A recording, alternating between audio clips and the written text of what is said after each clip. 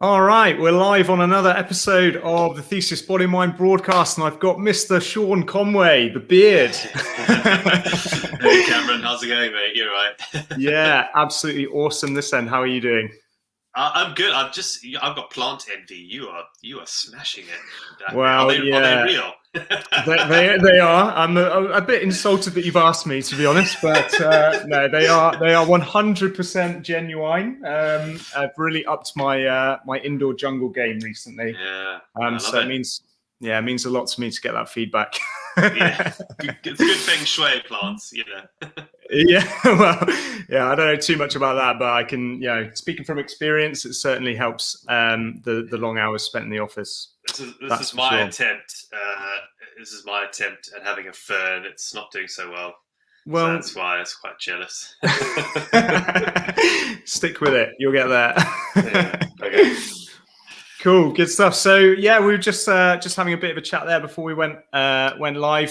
For anyone who's not familiar with you already, you're an extreme adventure endurance adventurer. All right, you've done all kinds of crazy things. I don't even know where to start with the stuff that you've done. You first came on my radar when you were doing the triathlon, the Great British Triathlon, which ended up being 4,200 miles, something like that. Yeah, somewhere there. I mean, I Yeah. wasn't counting. I very rarely cycle or run with tech. Right. Okay. I'm now running with tech a little bit, but cycling, yeah. As you get older, the numbers go down. It gets depressing. So yeah. So I didn't record anything on that one. But it was about 4,200 miles, I think, in the end. Yeah. Yeah. So it was from John O'Groats to Land's End, running there, cycling there, and then what was the swim? Oh no, so that's a different triathlon. So I've done two triathlons in Britain. I've done the Land's End to John O'Groats triathlon, which that was 1,000, 2,000. That was probably only 2,000, maybe 3,000 miles, I think, which was over years. It was never. I'd never planned to do it as one continuous triathlon. And strangely, this morning I got an email from someone saying they want to do it continuously, swim, cycle, run. Although they also said maybe they'll stand up paddleboard instead of doing the swim, which is obviously a little bit logistically easier. Yeah. Yes, and then after that, I then did what's still the world's longest triathlon, although it's currently being broken, that record finally, which was a lap of Britain. So that was starting in Lulworth Cove, doing a lap and ending back, and that was the 4,200 mile one. Right. Okay. Yeah. So yeah, I've done two. Okay. but one took 8 years or whatever. The other one took 5 days. Yeah, I remember it being quite a journey, and since then you've obviously gone on to do all sorts of other things, world records, cycling around the world, and all kinds of stuff. The thing that really caught my attention recently was your 496 challenge, which I thought was really interesting. Yeah, I love that. I'm 40 now, and I've always wanted to get into running in my 40s. I always had that plan. Cycling was my sort of first passion in my 30s, really, and then I always thought, I want to get into running in my 40s. But for whatever reason, I just never fell in love with running. And I think I worked it out that I would always go out too big too soon, because it's just in my nature just to go I've never run at all, but I'm going to run a marathon today. And it's silly because you just get injured with running, because I had my cycling head on.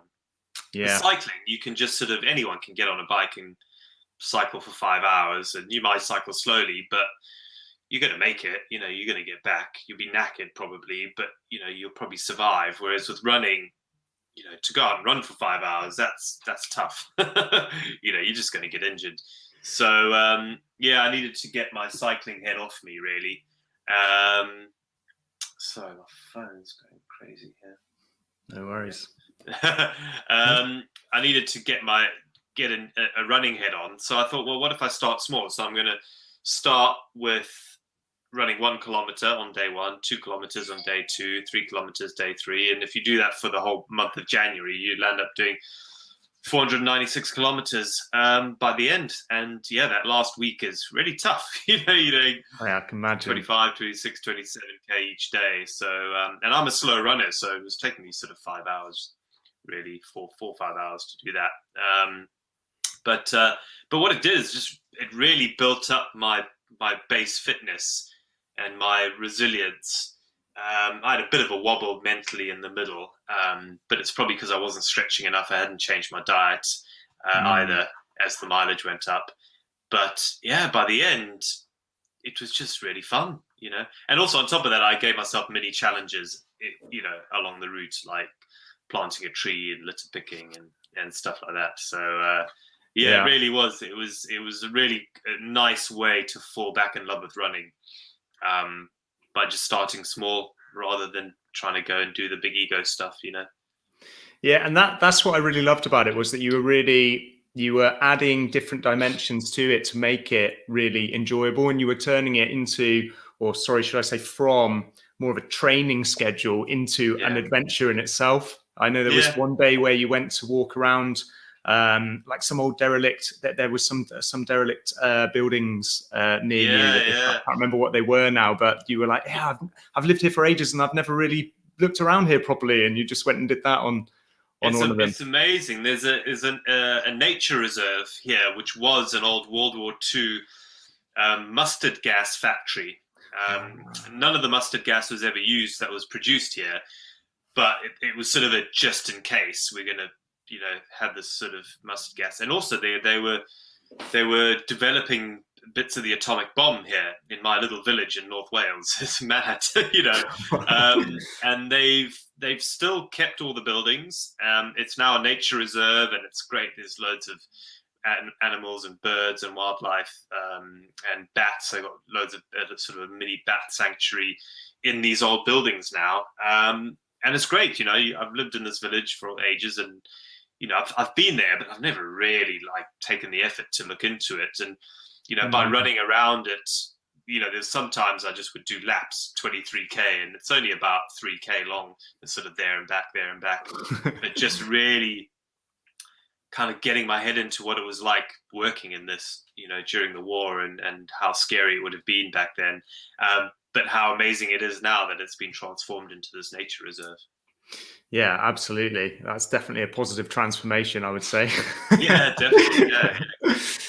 Yeah, great. So, I mean, that's what I'd like to pick your brain a little bit more about, is this idea of, what is adventure and what you can turn into adventure that isn't necessarily sort of as daunting as trekking off to the Antarctic, or, these really kind of like big ideas that people tend to think of exclusively as being reserved for adventure.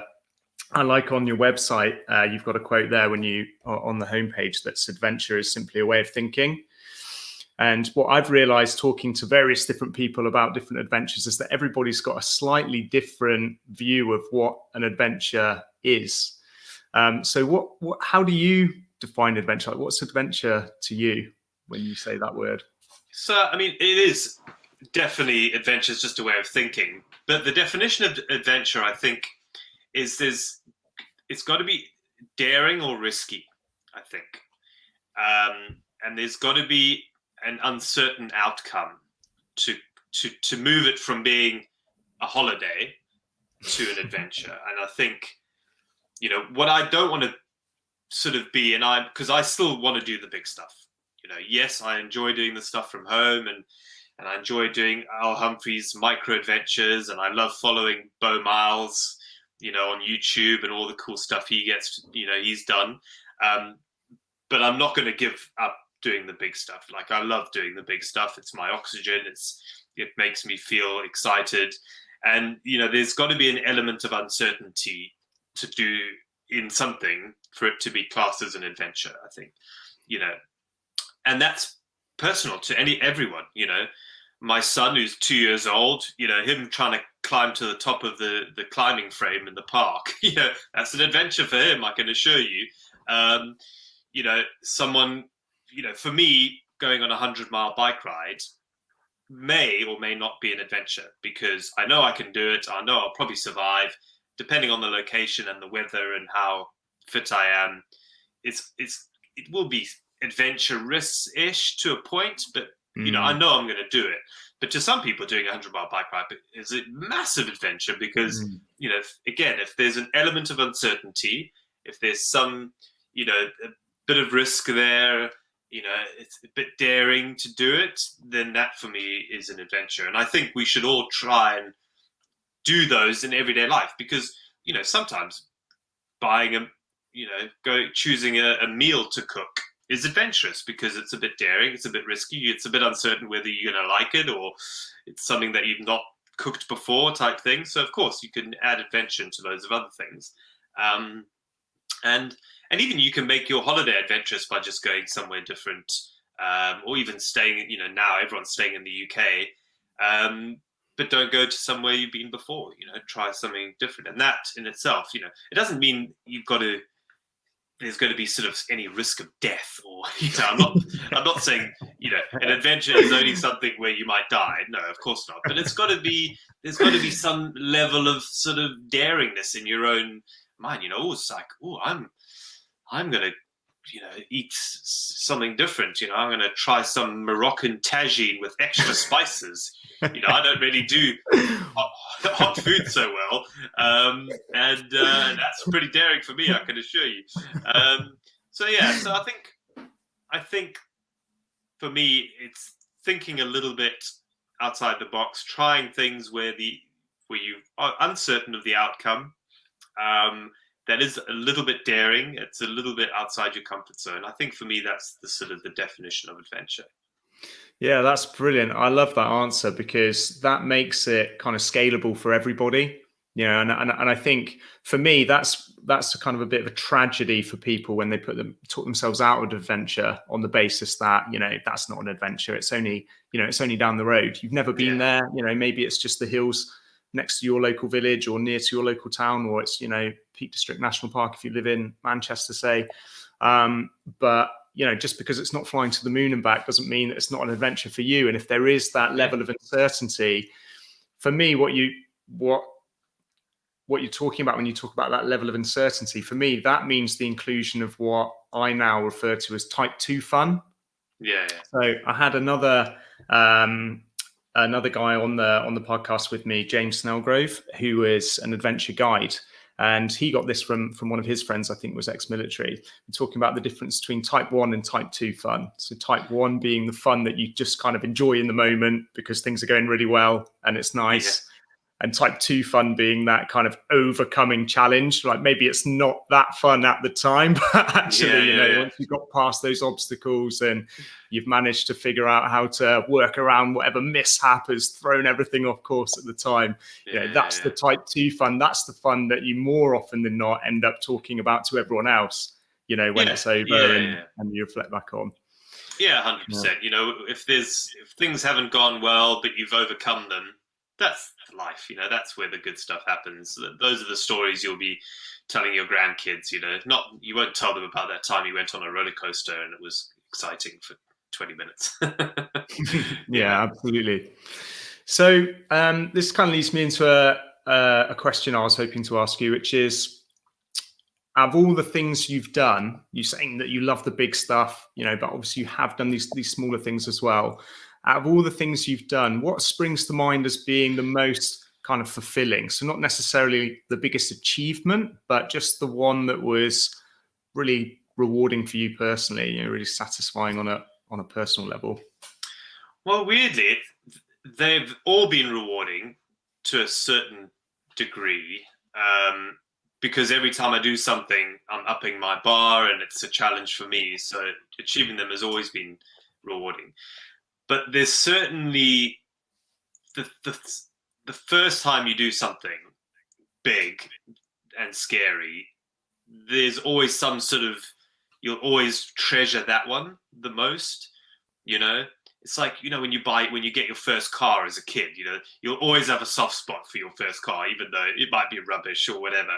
And I think for me, swimming the length of Britain will be that's probably going to be the story I sit in the old age home and repeat over and over again. Do you know I once swam the length of Britain? Shut up, Grandad. We've heard loads. And then, I think because that one was so hard to pull off the ground logistically, and just it was so miserable for so long. It took me forever. I'm still not a very good swimmer. And that was the one that really gave me the confidence in my own ability to go off and do other stuff. And it made me realize that, wow, actually, I could do this, and I'm kind of good at it. I'm quite good at being cold, wet, miserable, hungry, tired, and grumpy. Like, that's kind of my thing. And I sort of as you say, realized the benefits of the type 2 fun, although the swim, I think, was type 3 fun, really, which is, it was miserable at the time, and even 10 years later, you look back and it was still miserable.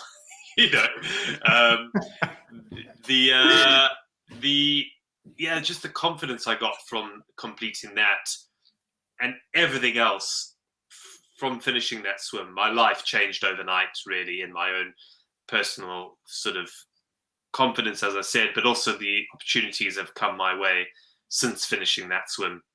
Wow. I think that would be the one I'll look back on the most and go, well, actually, that changed my life dramatically, really. The one you'll look back on with the worst fond memories. Yeah, exactly. The worst fond memories. I like that. Awesome. So another question I was thinking of throwing out to you was, do you think adventure is for everybody? Because it's quite easy when we're really passionate about these specific things to be really, biased towards them. But obviously not everybody has that innate, or maybe you disagree with that. But for me, I find that some people just don't have that kind of innate exploratory, adventurous spirit within them, or it's waiting there still to be tapped. But do you think that everybody can benefit from an adventurous mindset? So it's a difficult one, because I think, yes, 100%. I think if you're feeling a bit down or things aren't going so well, I think choosing to do something adventurous will help you to a point. I don't think quitting your life to just go traveling will fix some of your issues. I think that would be terrible. For me, I need the records to feel some sort of achievement. I'm very terrible at going on holiday.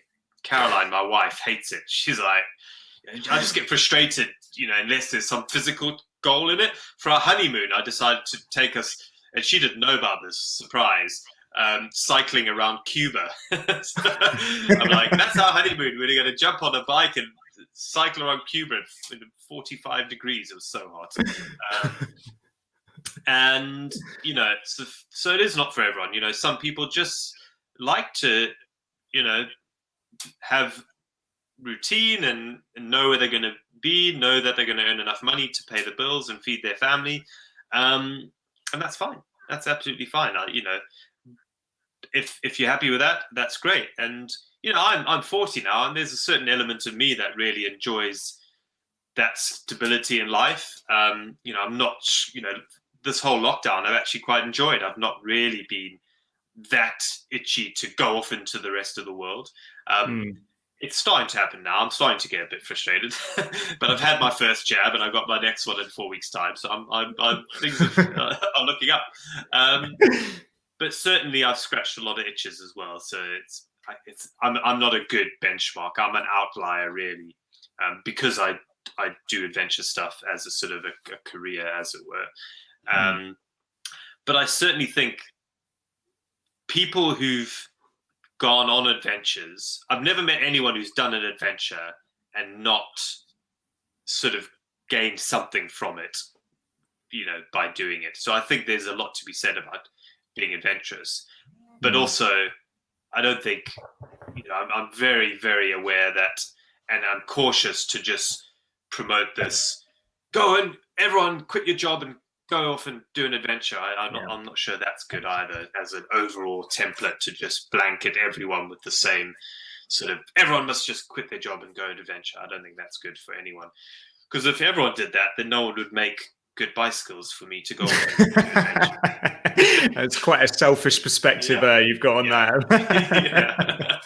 You know, if everyone who makes bicycles decides to quit their job and go off, no one would make bicycles for everyone to go and, you know, so we do cycling adventures. We just need a reserve force of people that are in the adventure kit making industry to stay back. Exactly. Where everyone else can go.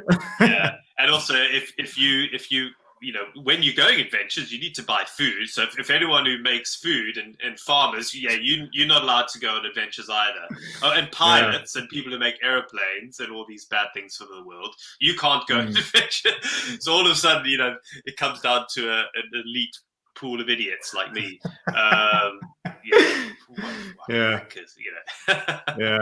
Maybe we can have some kind of societal annual rotation for adventure, so that all of the key jobs still get taken care of. You know, and, doctors, you can't go either. No, it really. You know, I feel like such a numpty, really, when I say, "Oh, what do you do?" "Oh, I go off and do adventures," and I can just see people going, "Oh, what a wanker!" And they can, you know, rightly so. You know, please judge away. It just turns out I'm rubbish at everything else. You know, I have no A levels. I didn't go to university, so this is kind of it for me, really. This is as far up the sort of food chain I can go, really. I mean, the way I see it is you need people at the more extreme end of the spectrum like you to inspire the people at the other end, even to just get out of the door and do that micro adventure. You know, so it's not everybody's going to drop everything after watching one of your videos or Bo Miles or whoever else, and, you know, pack their bag for a bike ride around Australia or something like that. You know, most people are never going to do that, no matter how inspired they get by YouTube or, you know, influencers that are out there. But it might just be enough to get them for the first time going out to do a one-night wild camp somewhere, you know, or something like that, and getting that valuable experience from that in my view you can't really take away from anywhere else. Cameron, you've nailed it. You've hit the nail on the head there. You know, you can gain so much by spending time outdoors, and I think for me, you know, if you can do a physical activity outside, that really will help just add so much pleasure and positivity to your life. You know, and if you choose something adventurous, you'll end up doing that anyway. But as you say, you know, there's so much to be said for just, you know, going and sleeping on a hill, you know. And if I'm not the person to follow for that sort of thing, Al Humphreys, you know, he's the guy to follow for the micro adventure stuff. And he's, you know, if you really want to do that, go to his website. There's so much information about how to physically do it and what to do it and inspiration. And he's written really good books about it. But as you say, you know, if someone sees me, you know, cycle around the world and that one makes them want to cycle Land's End to John O'Groats, then that's great. You know, I feel I get a mass. I'd be lying if the ego inside me doesn't say I get a big kick out of that. I really do. I really enjoy getting those emails from people, and that's partly why I kind of do this. You know, the other part is I've got nothing else to do. I'm not very good at anything else. I'm kind of stuck as a spokesperson. You know, but it's working out so far. Yeah, I gotta say, when I got an email back from you, I was thinking, God, he must be bored. something terrible's happened. I was like, please like me, please, yes, pick me for your podcast, please pick me. No, yeah, I think those are really important points, and I do love Al Humphreys' concept of the 5 to 9 adventure. You know, getting out there straight after work. You've got just enough time to get an adventure in before you're back at work the next day at 9 a.m. I love that idea. And you know, it's same lines that you're going along. You know, adventure is just a mindset. You know, it's a state of mind. It doesn't have to be trekking around the Antarctic. It can be, you know, what was Al Humphreys? He walked around the M25, right? Yeah, exactly. All sorts of bizarre things. Yeah. So and for me, it's the other 8 hours. So, you know, we really don't focus a lot on the other 8 hours. So you've got 8 hours work, 8 hours sleep, and there's another 8 hours in your day. and it's that. And I know that's wholly unrealistic. Half of in those other 8 hours, you got to brush your teeth, do the school run, do the laundry, have dinner. So it's not as simple as sort of dividing your life. Commuting, although a lot of people are realizing that with lockdown, all of a sudden they got another 2 hours free often in the day, which has been great for people. And I think people are now all of a sudden realizing the benefits and having that extra time and in the 8 work, 8 sleep, 8 play sort of pie, which is great. So the other 8 hours, what are people doing with the other 8 hours? And I'm not sort of one of these people saying, oh, you've got to just all of a sudden go running and go up a hill. And Caroline and I love spending an hour in the evening just sitting down and watching a documentary or something. And that's great for us. It's a bit of wind down time. So again, I'm not one of these people who's just sort of saying, oh, don't watch TV, always go running up a hill. We need some chill time. You need some chill time. So but it's being too much of anything is a bad thing. If in those other 8 hours you're spending the whole time on your phone, then that's bad. If you're spending the whole time watching TV, that's bad. It's just sort of, using it to the best of your, what works for you, and recognizing often when things aren't kind of working. I think that's quite difficult to do, really. Sometimes you don't really know what's wrong. So. Absolutely, absolutely. And for me, there's so many benefits to me that we're sort of touching on there about being adventurous. One of them is that kind of getting to know yourself. You're forced to get to know yourself a lot better when you're out there up against it. I'm not even necessarily up against it, but just spending a bit more time with yourself than usual and being forced to tune into, how you're feeling in each moment. A lot of adventure for me is very meditative. Like spending time out there, not as much external stimulation as you're normally exposed to within the city environment, or not necessarily being sociable all the time, but just taking into account how you're feeling. Are you hungry? Do you need to drink?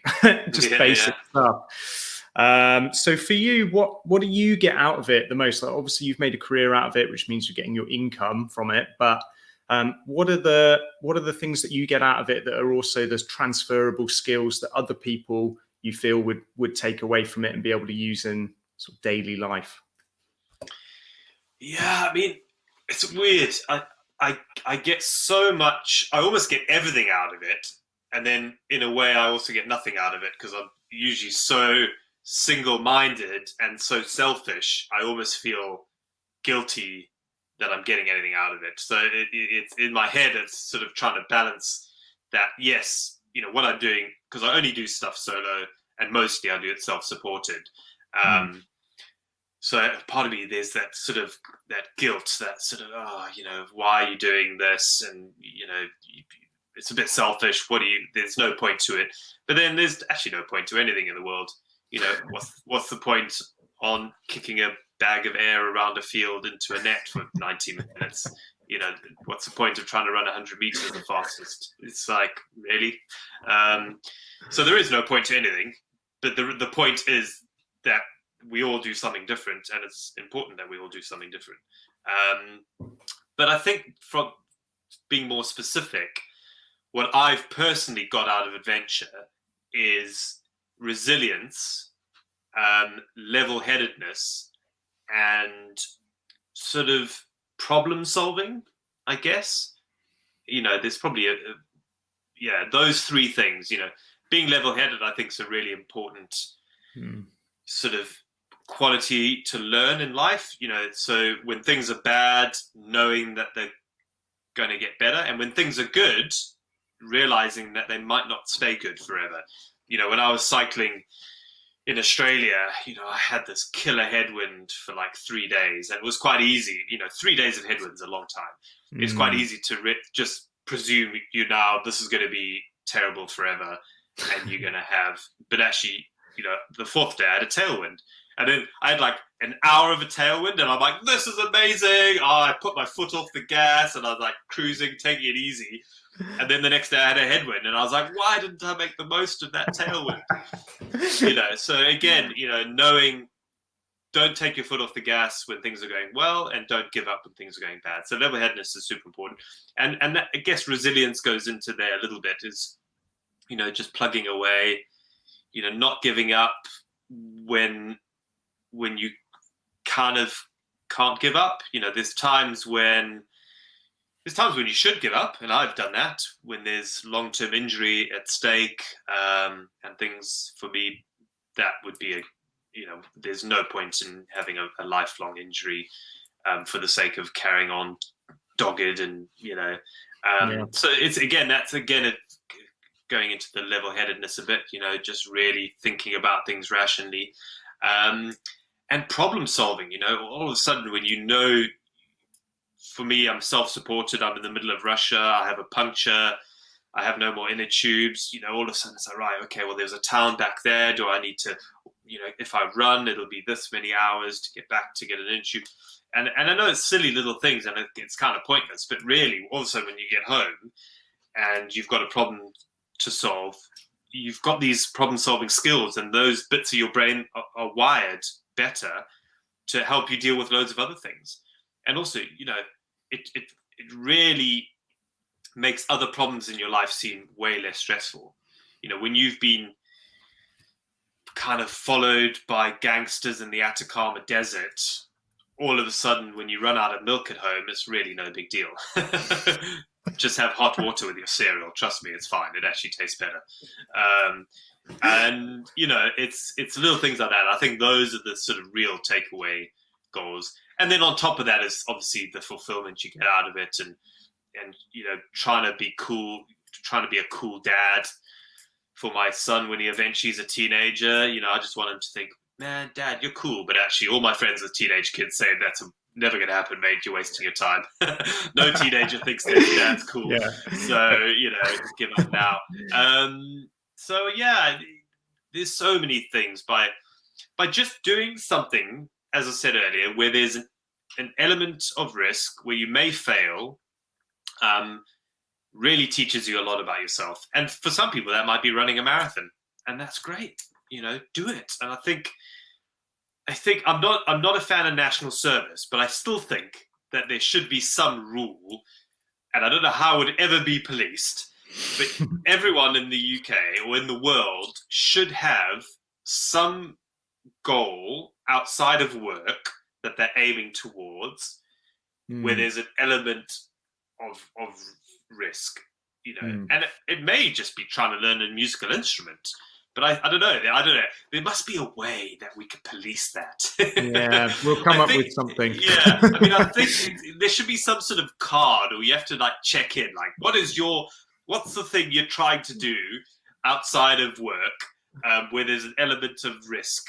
I don't know. That would be like the national service for millennials. I don't know. I think we'd all gain a lot from it, whether it is physical. For me, it would need to be physical. But for some people, it might just be learning a musical instrument. It might be, trying a new hobby, working or language, learning a language. I don't know. Yeah, there should be something where there's some element of danger. So anyway, I'll campaign for that when I'm president. Yeah, absolutely. You got my vote. I'll give you as many as I can ethically get away with. I love that. I mean, so many things there that link in with the sort of stuff that I'm trying to put across in my messaging to the people I work with. I'm always trying to sort of link this stuff back to stress management, productivity, cognition, because I generally work with busy execs who are not really achieving the work rest of your life juggling act very well. So usually putting work ahead of health and family and personal relationships and stuff like that, and just never quite managing to make as many deposits, emotional deposits, as the withdrawals that they make. The biggest adventure that I can relate to from all of that is being in the Marines. It's funny that you say sort of about national service for everybody, because I really do strongly believe that we need this kind of rite of passage in Western culture that takes people from young people to kind of confident, capable adults. And by confident, I mean like confident in their own ability, you know. And it's funny, we were talking about holidays earlier, saying you're not very good at going on holidays.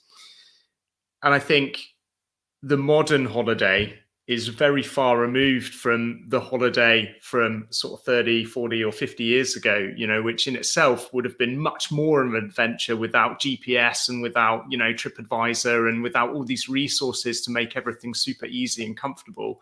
You know, going on a holiday and just kind of like being dumped in the middle of nowhere that you've never been before would have been way more of an adventure back then. And so I think, yeah, it's really important to just think about ways that we can try to remove a little bit of that comfort, a little bit of that certainty, so that we're forced to have to actually think about it.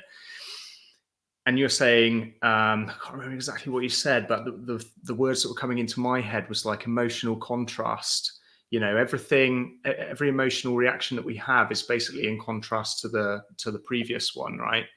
And for me, that was one of the biggest lessons I took away from the Marines, was just this contrast, like, you know, this perspective of, okay, this stuff that's happening outside of work, just in general day-to-day life, like running out of milk, realizing, you know, there's no bread, is really the smallest deal in the world in comparison to the week I had last week, where I was in the middle of Wales, yomping around in the dark, sideways rain. So, you know, there is something about that perspective that I suppose facilitates that level-headedness that you were talking about, that you can take away from adventure and you can just inject into whatever else you're doing with the rest of your life, be it high pressure senior executive role or, you know, busy mum of 3 or whatever, and just give you that level-headedness that enables you to tackle everything else just a lot more easily, you know? Yeah, totally. I mean, and the UK is the best place in the world for people to tap into resources to be able to do this. For example, you know, the Duke of Edinburghs Award is amazing. You know, I mean, lots of people do it.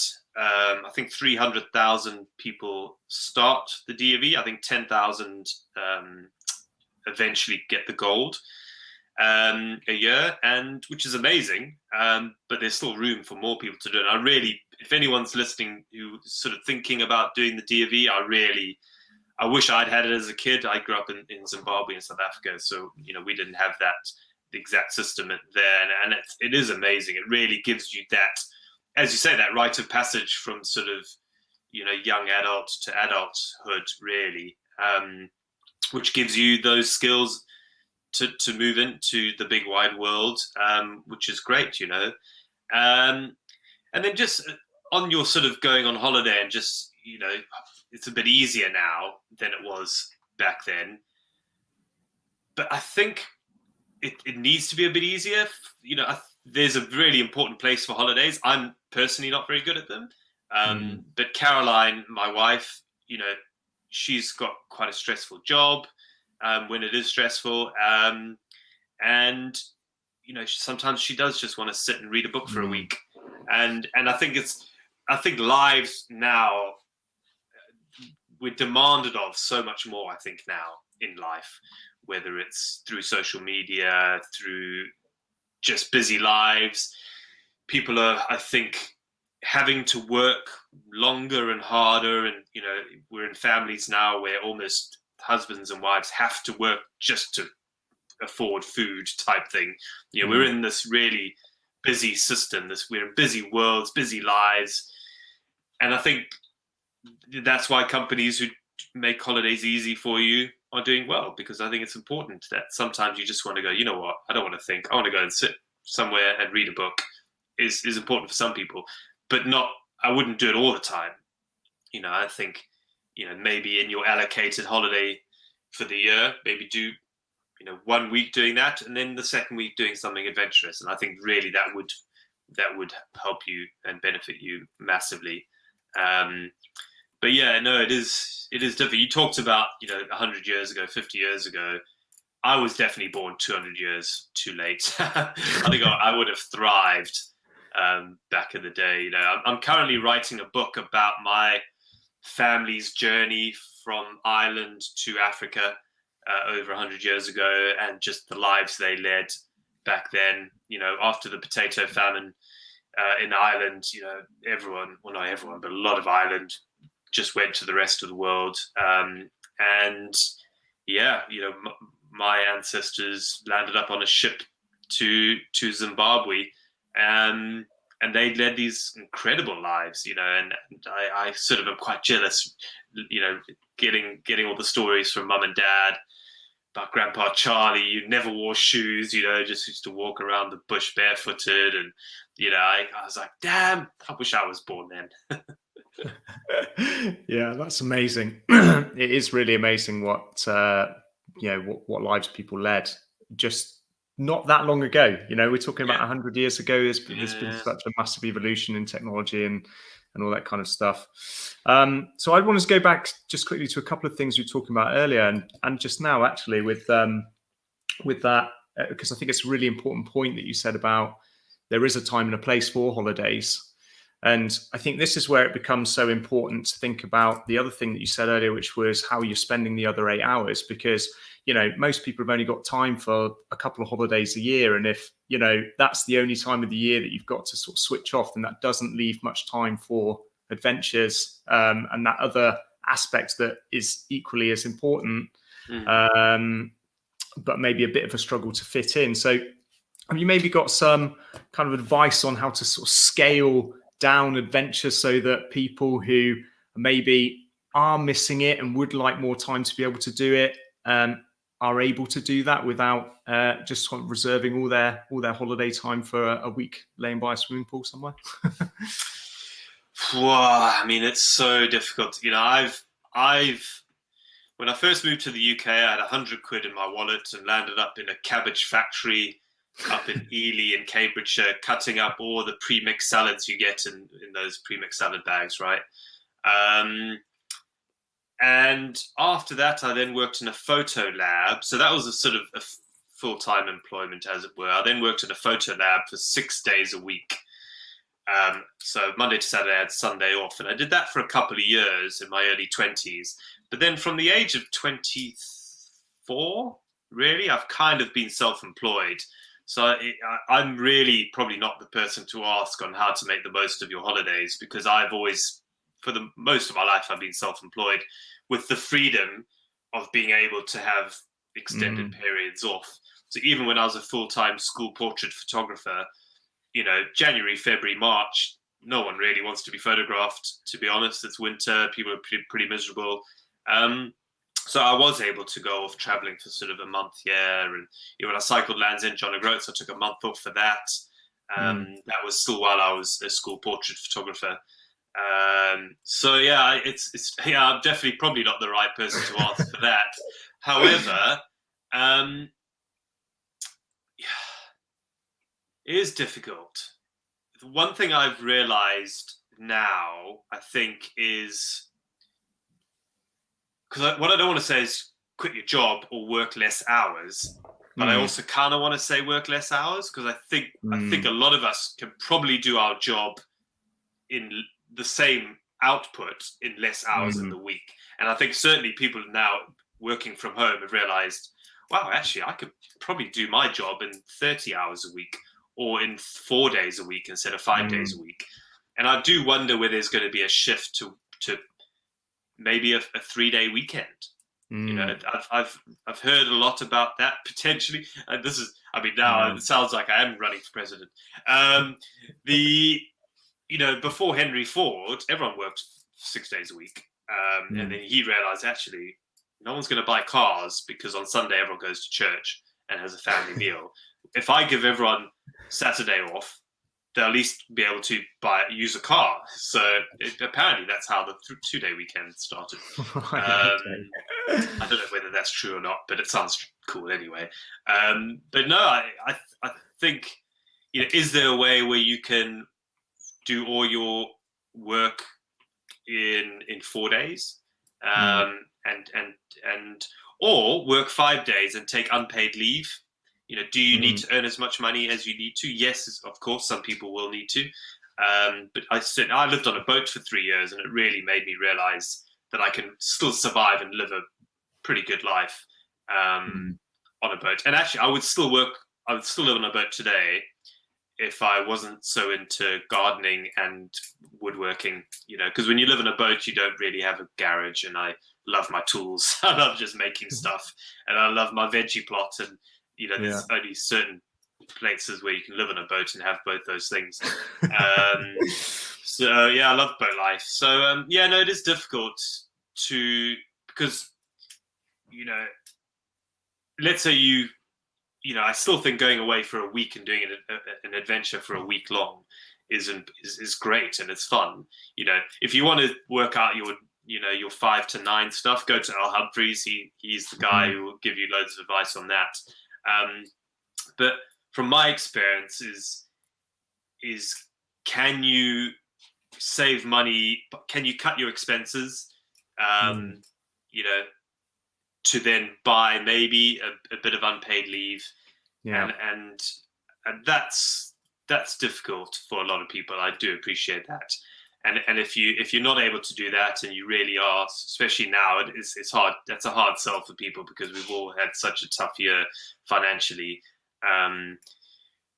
But is there a way that you can maybe work longer, Monday to Thursday, and have Friday off, which would give you a 3-day weekend, and you can get a lot done with a 3-day weekend, you know, type thing. And especially now, more people are going to be traveling in the UK, which means you don't have your big flying time. You know, if you wanted to go off somewhere in Europe, you lose a couple of days in the flights on each end. Whereas in the UK, you can unless you lived in the bottom of Cornwall and wanted to go to Scotland, you know, within 5 or 6 hours, you can often just get to where you need to get. You know, which means if you get up at 4 a.m., you could be at your destination before lunch, and have the rest of the time to enjoy doing something adventurous. So, yeah, again, I have such conflicting thought processes, you know, that sometimes it's sort of like, right, come on, you know, we're all working too hard. We all need to sort of work a little bit less. We all still need to work. I think having a job to go and do is really fulfilling. Unless you hate it, then of course look for something else. But this idea of just not working is I think unhealthy.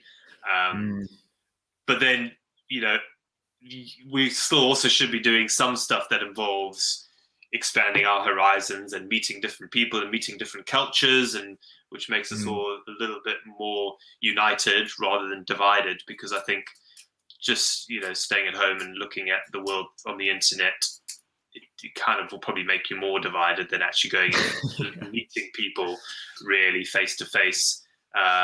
So yeah, I mean, I don't have the answers. I'm still looking for them. But I do know we probably all work too hard, and we don't make enough time for ourselves, and we all spend too much time on our phones. So I think we just, and I'm to blame. I'm just as bad, to be honest. I think that's the kind of conclusion that hits the nail on the head for me, is that, you know, we do. I mean, time's probably going to be the most common reason/excuse that people aren't getting out there and doing more stuff like this, even if they are motivated to do it. And the truth is, you know, we will make time for what we're motivated for, and there is time in the day. Not necessarily every day, but there's certainly some time in every month. There's probably some time in every week where we could be getting out and doing a bit more of this stuff. And if time is the obstacle, you know, my key sort of takeaway from what you said there is, you know, are you being honest with your time? Is there ways that you can make that time out of what you've got? Could you be working a little bit less, but just being a bit more productive, you know, during the hours that you're actually sat at the computer? You know, I do work with people that have absolutely slammed schedules. So I know that there are jobs that exist where you don't have any spare seconds. But then again, can you take some unpaid work, some unpaid holiday or whatever? There are ways of doing it.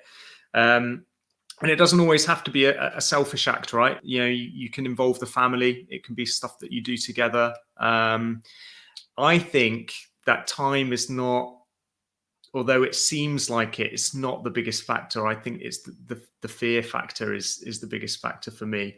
And that's what I love about adventure, is it's that first step is the biggest ripple in the pond. When you've got that confidence to just get out of the door, it's that fear of, if I drive into the nearest national park now, what happens then?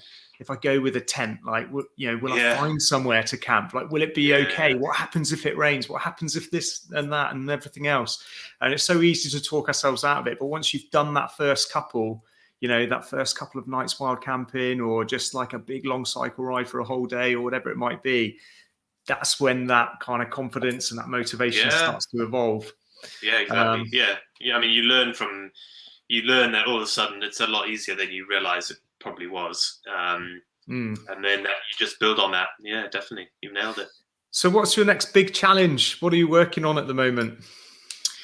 Well, actually, you just mentioned national parks, and it involves a national park. So on the 4th of June, I'm going to be running a marathon in every national park consecutively in the UK. So 15 marathons, 15 days, 15 national parks. And I'm doing it self-supported, so it means I've got to do the driving in between each one as well. So it's all, it's gonna. I quite appreciate it. It's 1,600 miles of driving. Wow. As well. So there's the worst commute, I call it, between parks is 5 hours. And the best is an hour and a half, I think. That's going to be. It's going to be interesting. I'm feeling fit. I ran 28 mile yesterday. Felt pretty good. I was going to run another 28 miles today, but it's raining. Can't do it then. It's impossible. It's such a fair weather. No, I know. I feel so bad. I woke up also my son had a terrible night. He was up from 2 till 5 or something. But I woke up and I was like, oh, do I really want to go out in the rain? So I thought, no, I'm going to have a recovery day and do it tomorrow anyway. We should. It's so unlike me as well. I'm usually, when it rains, I'm normally like, yes, the roads are going to be empty. But no, today was one of those days where I was like, you know what, I'm only human. So I'm feeling fit. But it's going to be interesting to see. So I'm camping as well. So I've just got campsites. So running a marathon, jumping in the car, driving 5 hours, setting up camp, cooking food, trying to see if I can wash my clothes somehow. It's going to be interesting. That's going to be super interesting. Yeah, I'm intrigued to see how you managed to pull off the logistics of it. I mean, what's proving to be the kind of biggest challenge of preparing for that? Is it the logistical side, or? Well, no, because when you actually look at the route of the national parks and the roads to get to them,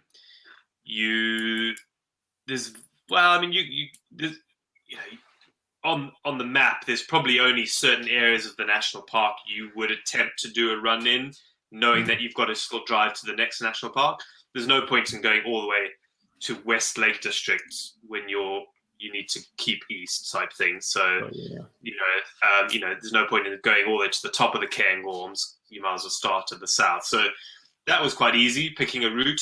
The hardest bit was actually choosing a route that was exactly a marathon, on all the trails, because, I don't want to run, 28 miles when because that, especially at the end of the day, that's an extra half an hour.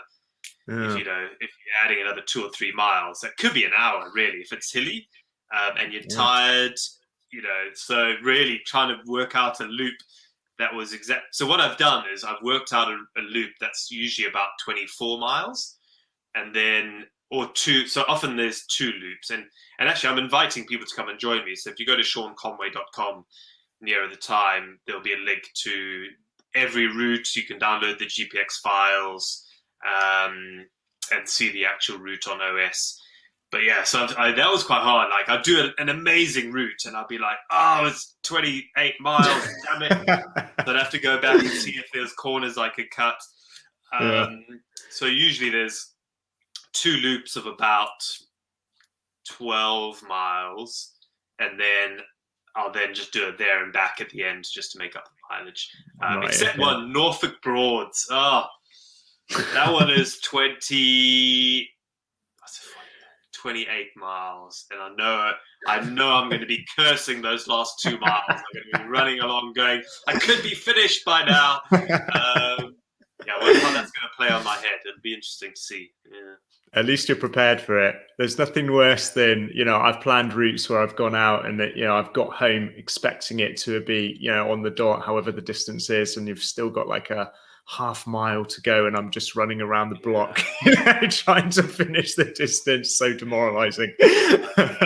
on the 496 challenge, I think on the 16-kilometer day, I landed up running 17 kilometers, and I was so annoyed because I'm like, why? That's tomorrow's mileage. So 2 days of 17 kilometers. I was like, what? Such a waste.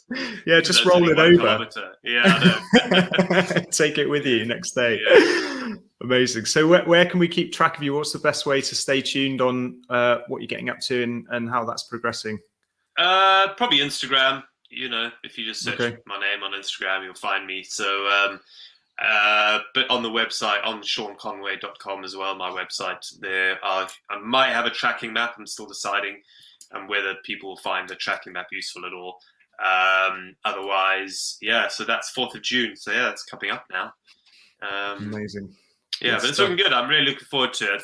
I haven't done anything, a sort of a real proper multi-day challenge like that for ages now, really. So I'm really looking forward to that one. And you're certainly ticking your getting into running in your 40s box. Yeah, exactly. Yeah.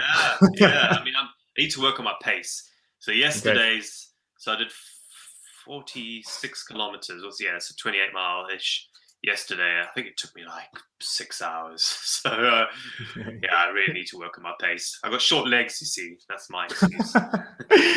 Just spending less time on the ground. You got to learn to essentially fly. Yeah.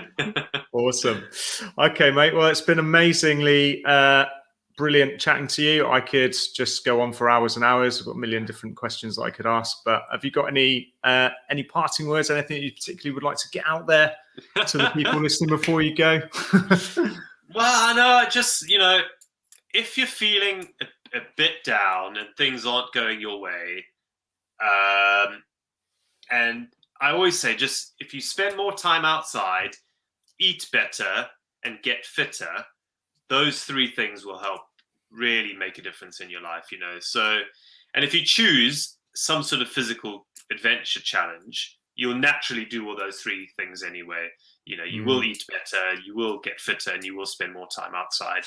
And I guarantee it, you'll feel better for it. So, eat better, get fitter, spend more time outside. I couldn't agree with that more. Absolute top words of wisdom. Awesome. Well, great one to finish on. Sean, thank you so much for coming on. It's been an absolute blast. Anytime, Cameron. Thanks for inviting me. And we'll see you out on the trails hopefully sometime.